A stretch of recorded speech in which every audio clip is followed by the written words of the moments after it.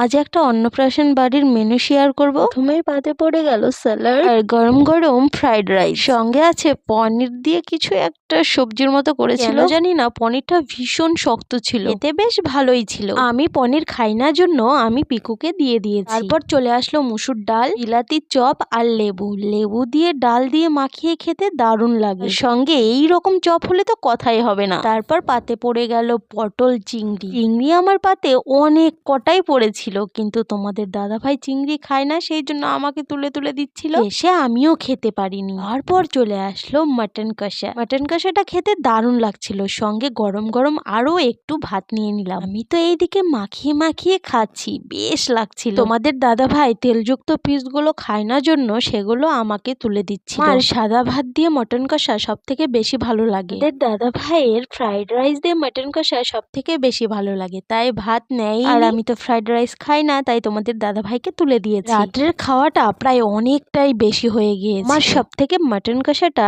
Best লেগেছে। তারপর চলে আসলো আমের চাটনি। এই সাদা সাদা চাটনিগুলো খেতে না আমার দারুণ লাগে, তবে পাঁপড়টা মিস করছিলাম। চাটনি পাঁপড় খেতে কিন্তু দারুণ লাগে। তারপর চলে আসলো দই মিষ্টি সন্দেশ, মিষ্টিটা ভীষণ সফট ছিল। এই মিষ্টি দই খেতে আমার ভালো লাগে।